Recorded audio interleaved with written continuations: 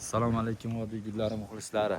Xudo xolasa bugun mana 17-may Xanqada biz mana Xanqadagi shtab o'zamiz ko'ryapsizmi? Juda chiroyli holatda gulimiz bo'lgan. Bu nechinchi yil olinadi? Bu yil 3 yil bo'ldi mana. 3 yil bo'ldi. 3 yil bo'ldi. Mana va juda chiroyli bo'lib gullab turibdi. Qarang, bir havas qiladigan bo'lgan. O'sha birinchi guli gullab bo'pti-da endi. Xudo xolasa keyingi gullari boshlabdi-da. Endi qishgacha yilligi bor. Qattiq sovuq bo'lsa, qor yog'sa. Ha, sovuq urguncha kuzakkadan gullaydi, to'g'rimi?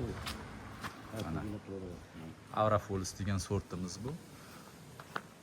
Mana.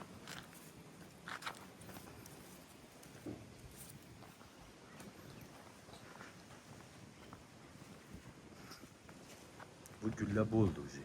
Xudo xolasa keyingisi yana shoxalab gullaveradi. Mana paketli gullar ham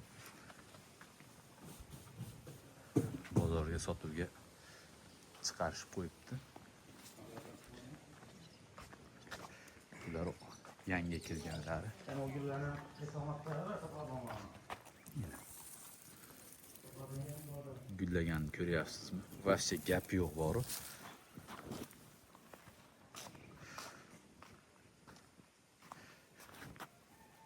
Asiana kremoviy. Mana shuni.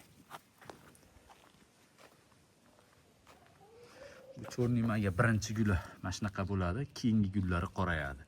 U yoshlik uchun shunaqa hozir qizil holatda. Keyingi gullari xudo xolasa qop-qora bo'lib gullaydi. Asosan kuzda chiroyli gullaydi.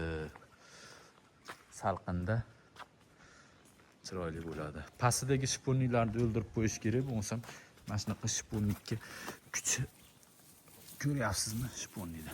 Juda tez o'sadi, ham baquvvat bo'ladi mana shuni pastidan yaxshilab o'ldirish kerak.